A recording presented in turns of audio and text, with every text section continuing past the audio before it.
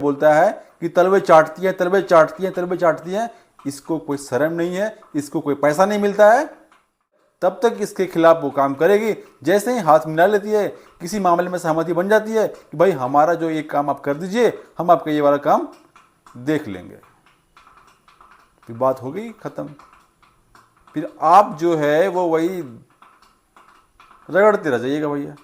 तो paper leak का कहना यही चाह रहे हैं कि पेपर लीक का आज के समय में कोई सॉल्यूशन नहीं। एवरीवन माय फ्रेंड्स, कैसे हो आप लोग? जैसे भी हो, लेकिन हमारे देश की और हमारे राज्य की संस्थाएं कैसे काम करती है, आज की इस वीडियो में आप लोगों को समझ में आएगा। ठीक है, तो सबसे पहले कुछ बताने से पहले आप लोग ये हमारा वीडियो एक है आज तक के चैनल पे, उसको सुन लीजिए। सहमत हूं, ये 20-25 साल से लीक हो रहे हैं। तो हम ये कहते हैं खाली एक टीचर जिम्मेदार, ये संभव ही नहीं है। इसके पीछे एक बड़ा माफिया, जब तक उस पर क्रैकडाउन नहीं होगा। आखिर क्यों सीबीआई ने जो नेट और उसका यूजी का एग्जाम था, उसे क्लोजर रिपोर्ट क्यों लगाई? कोर्ट को दिखाई पड़ रहा है कि इस पूरे मामले में गड़बड़ी है, और सीबीआई को नहीं दिखाई पड़ रहा। कोर्ट ने झाड़ लगाई उसकी। 21 मई, अभी एक हफ्ते पहले की बात है। तो जब तक वो माफिया पे क्रैकडाउन है, और मेरा साफ तौर पर कहना, समझ में आया बात?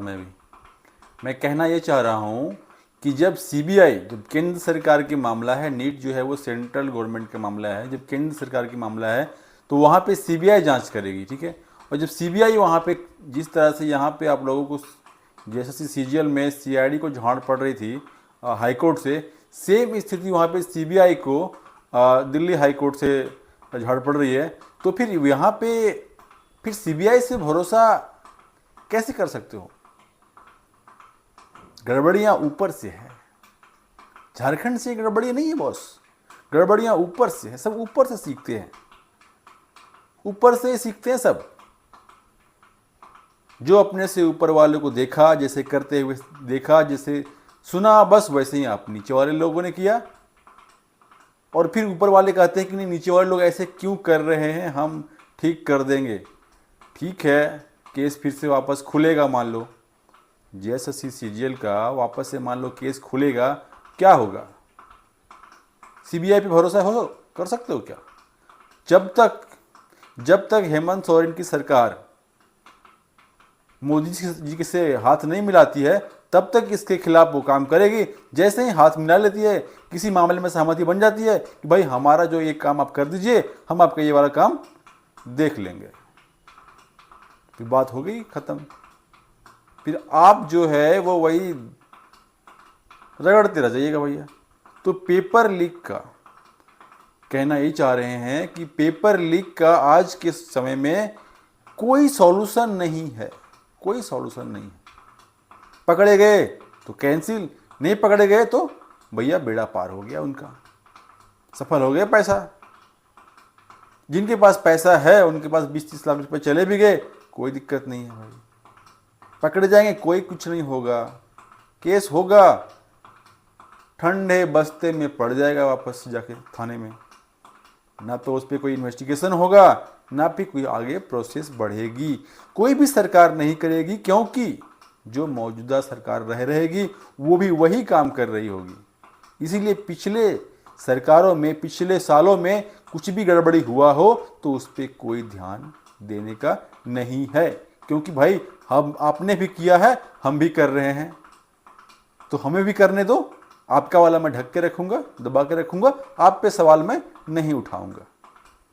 मिली जुली सरकार है भाई, विपक्ष का और पक्ष का, मतलब विपक्ष की और जो मौजूदा सरकार में है वो दोनों मिल के लूटते हैं देश को, देश के बच्चों को, देश की भविष्य को भी लूट रहे हैं ये लोग। अभी दिखाता हूं, एक और वीडियो है जिसमें ये अंजना ओम कश्यप जी वायरल हो रही हैं। कोई ये नया बात नहीं है, आज की कोई नया बात नहीं है इनकी। ठीक है, तो जब भी मोदी सरकार पे सवाल उठता है, उसकी छवि थोड़ी बहुत धीमुल होती है, तो ये आ जाती हैं मोर्चा संभालने के लिए सबसे फ्रंट में। पहले एक रूबिका लियाकत हुआ करती थी, वो अभी ख़त्म हो गई है, डाउन हो गई है।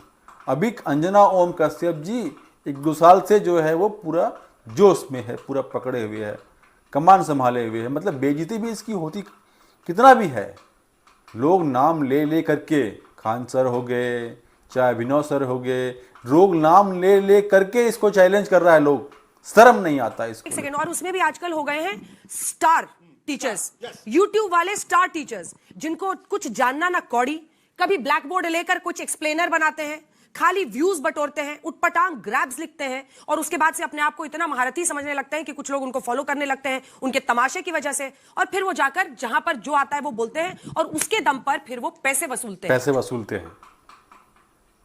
टीचर्स लोग ऑनलाइन पढ़ाते हैं, वो फ्री में पढ़ाते हैं, यूट्यूब में फ्री में वीडियो मिलता है पढ़ाने का, उसके बदले में मामूली सा रकम यूट्यूब प्रोवाइड करती है, कब जब उसकी व्यूज बढ़ती है तब, और वो पैसे वसूलते हैं। और ये बैठ के जो तलवे चाटते रहती है, इसको लोग रोज बोलता है, हजारों लोग बोलता है, नाम ले ले करके बोलता है कि तलवे चाटती है, तलवे चाटती है, तलवे चाटती है। इसको कोई शर्म नहीं है, इसको कोई पैसा नहीं मिलता है। मतलब जो भी एंकर है, ये जो भी एंकर है, जो भी आज तक वाले जो भी मीडिया चैनल है, इतनी आलोचना, इतनी गाली, इतनी खाने के बाद भी पब्लिक से और भी कितने लोगों से फिर भी इसको नौकरी पे रखते हैं। किस लिए? तलवे चाटने के लिए। और ये फिर भी रहती है, फिर भी काम करती है एक मोटा रकम के लिए। देश की इतनी बुरी हालात मीडिया की कभी नहीं हुई। 157वां रैंक गया है मीडिया का। पहले इतनी गिरी हुई रैंक कभी नहीं थी, 120 130 के आसपास ही रहती थी, 150 पार कर गया है। इनकी रैंकिंग 160 के आसपास हो गई। मतलब पाकिस्तान से भी बदतर हालत में है हमारी मीडिया की। फिर भी ये यूट्यूब के स्टार टीचर्स को ऐसे बोलती है, जानना ना कौड़ी, व्यूज बटोरते हैं और उसके बदले में पैसे वसूलते हैं। वाह, मतलब कितनी गाली इस लोगों को, क्या होगा, कितनी गालियां सुनेगी कि शर्म आएगी?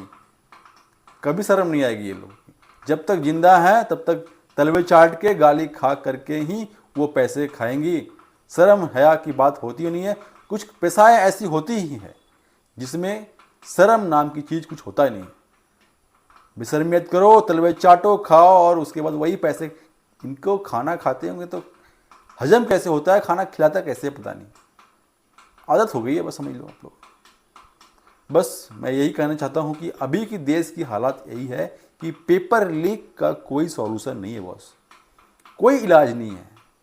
सब मिल बांट के खा रहे, किसी पे कोई भरोसा नहीं कर सकते हो। कुछ बवाल होगा, कुछ बवंडर होगा तो कुछ आगे बढ़ेगी, फिर भी कुछ होने वाला नहीं है। उसके ऊपर लग जाएगी NSA और फिर मामला शांत।